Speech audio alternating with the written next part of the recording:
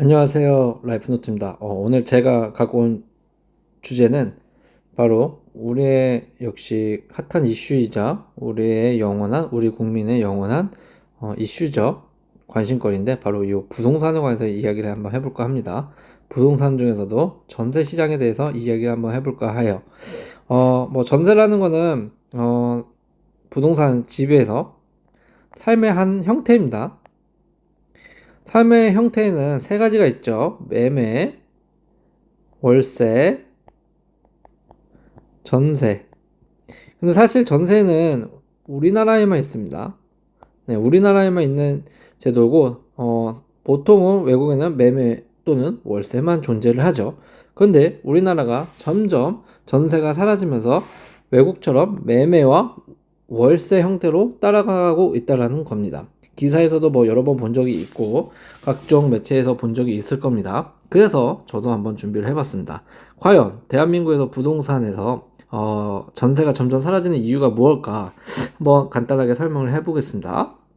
첫 번째는 당연한 거예요. 높은 금리와 전세자금 대출의 부담입니다. 최근 몇 년간 계속 금리가 급격하게 상승을 했어요. 그러면서 집주인들이 전세를 선호하지 않게 되었습니다. 전세금으로 은행에 뭐 저금이나 투자를 하는 것보다 거기서 이제 또 이자라는 걸 받겠죠. 그것보다 오히려 높은 수익률과 안정적인 월세를 선호하게 됩니다. 혹은 보증금 반을 받고 월세를 받는 반전세를 더 선호하게 된 거죠. 집주인의 형태가 바뀐 겁니다. 마음이 바뀐 거죠. 왜? 높은 금리와 전세자금 대출이 부담스럽게 작용을 한 거죠. 세입자도 마찬가지로 집에 들어오면서 전세자금 대출을 받는데 이자 부담이 더 증가한 거예요. 금리가 올라가니까. 그럴 바에는 보증금도 없는 또는 보증금을 조금 내는 월세나 반전세를 선택을 하자라고 이제 심리가 돌아간 거죠. 사실 이 전세자금 대출이라는 것도 잘 생각해 보면 전세는 저희 나라에만 있다고 말씀을 드렸습니다. 그런데 또 국가에서 전세도 대출을 해준답니다. 전세 대출. 이것도 저희 나라에만 있어요. 즉, 뭐 서민들도 이제 좀 넓은 집에서 살 수 있도록 전세에 대한 대출을 프로그램을 만든 거지만 정부에서는 나름 사실 이 전세자금 대출이 저는 이제 집값 상승을 좀 부추겼다. 그렇기 때문에 이런 현상이 좀 나타날 수 있다라고 저는 좀 설명을 좀 드리고 싶어요. 자, 두 번째로는 바로 점점 수익형 부동산을 선호하게 된 겁니다. 이제 주인들이 당연하죠. 이제 월세화가 된 건데 이거는 우리나라뿐만이 아니라 전 세계적인 좀 문제이기도 하다고는 하죠. 하지만 우리나라가 좀 심하죠. 고령화에다가 저출산 이런 인구 구조가 변화가 되다 보니까 은퇴한 이제 60대, 5, 60대, 50은 사실 좀 빠르죠. 6, 70대라고 할게요. 뭐 은퇴한 사람들의 안정적인 월세를 노후 자금으로 한다는 거죠. 요 사람들은 사실 어떻게 보면 복 받은 거죠. 잘 꾸린 거예요. 집주인들 얘기를 하는 겁니다. 집주인들은 이제 은퇴를 하고 나서 전세보다는 오히려 노후 자금이 더 필요해졌기 때문에 따박따박 들어오는 안정적인 월세를 추구하게 된 거죠.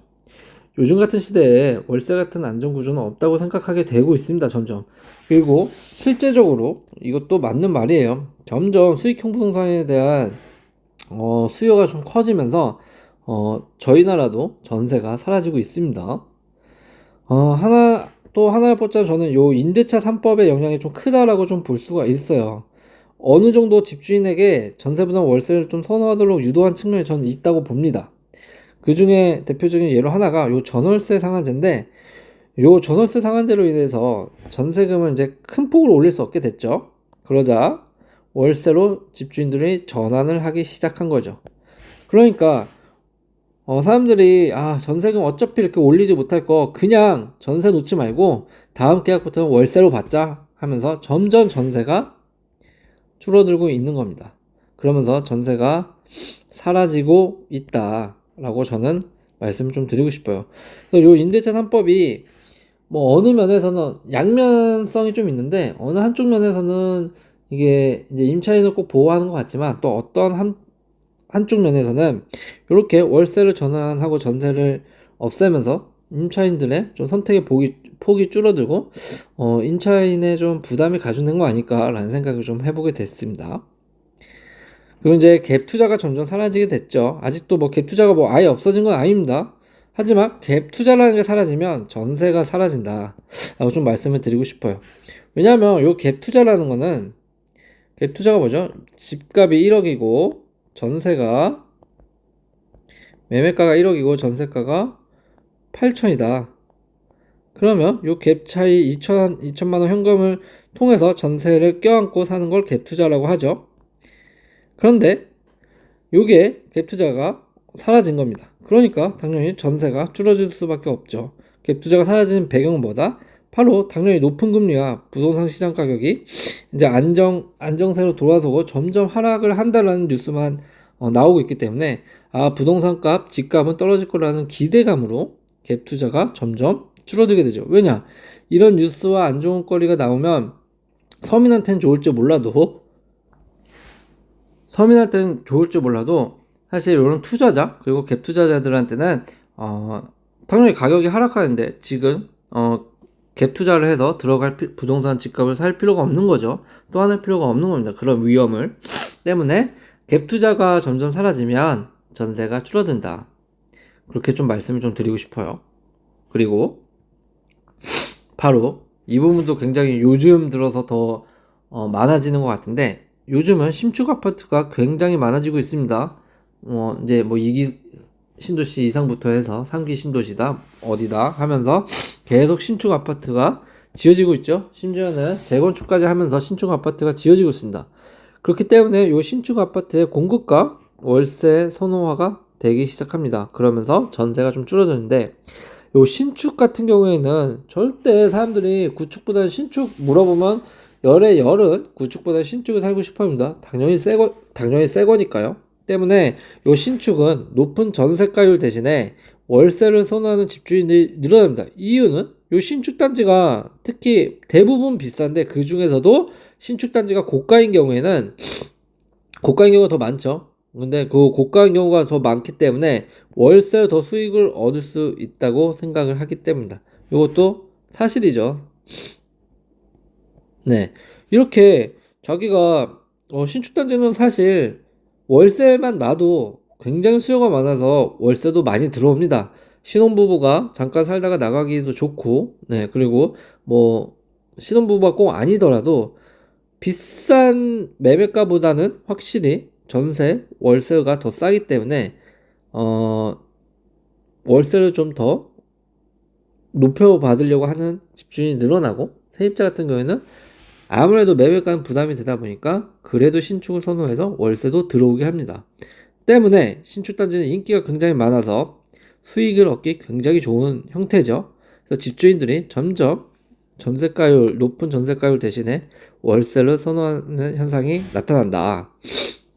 그리고 세금이나 규제 강화가 한몫하고 있다. 다주택자 세금이 매우 강화됐죠. 집주인들이 그러면서 이제 부담을 계속 느낍니다. 이런 세금 때문에. 그러니까 월세를 돌리거나 계속 매도해서 집을 팔게 되는 거죠.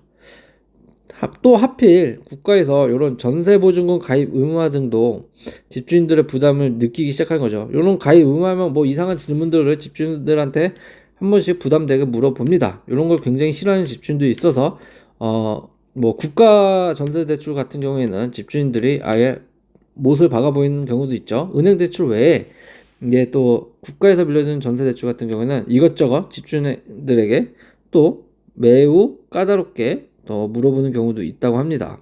그렇기 때문에 이런 전세를 차라리 그냥 월세로 전환하거나 전세를 아예 매도를 해서 팔아버리거나 하는 이런 형태로 집주인들이 갖게 된다는 거죠. 그래서 저는 대한민국은 요 집값만 올라가고 있는 것 같아요. 그리고 돈이 없습니다, 모두가. 그러니까 집값은 올라가는데 돈이 없으니 어떻게 되죠? 점점 사람들이 집은 살 수가 없을 거고, 그러니 전세를 살고 싶은데 전세는 너무 비싸니, 그리고 금리 이자도 부담이 되니 차라리 그거보다는 보증금이 없거나 보증금이 반값인 반월세, 반전세를 놓고 이제 계속 월세화가 가속화되고 있다라는 거죠. 사실 단기적으로만 보면 부동산이 이제 전세가 줄어들고는 있지만, 장기적으로 봤을 때는 우리 부동산 구조적 변화가 올 수밖에 없는 상황이다. 저는 이렇게 보여집니다. 때문에 이 구조적 변화가 온다는 건 뭐죠? 아까 말한 전세가 점점 사라지고 외국처럼 홍콩처럼 매매나 월세만 있는 겁니다. 그런데 월세도 이제 전세가 없으니 월세가 점점 비싸지게 되면 정말 먼 훗날에는 정말 우리의 아들 딸들이 성인이 되고 노인 된 그런 시점에는 어쩌면 홍콩처럼 정말 단칸방이 월세가 엄청 비싸지는 그런 현상도 나타날 수가 있다고 생각이 듭니다. 그래서 참 대한민국의 집값은 오늘 내일 문제가 아니고 전세, 월세도 오늘 내일 문제는 아니었죠. 근데 요즘 들어서는 부동산 심리가 많이 좀 꺾이긴 했습니다. 1, 2년 전에 비해서는. 하지만 그래도 여전히 좀 비싸거나 부담되거나 거품이 든 경우도 있는데 좀 요렇게 모두 돈이 없는 상태에서의 이제 집값은 향후 어떻게 될 것이냐, 뭐 장기적으로 우상향이다 이런 말을 하는데 저는 뭐 우상향이다 우하향이다가 중요한 게 아니라 여러분들이 정말 우리 모두가 좀 감당이 되면서 주거를 안정적인 형태로 소유할 수 있는 그런 날이 좀 오기를 바라고 있습니다. 그렇기 때문에 너무 전세 월세 매매를 좀 연연해 한다기보다 부동산 추세를 좀 지켜보면서 자신의 주머니 사정에 맞는 그런 형태로 좀 들어가는 게 가장 적합하다라고 저는 좀 말씀을 드리고 싶습니다. 오늘도 시청해 주셔서 감사합니다.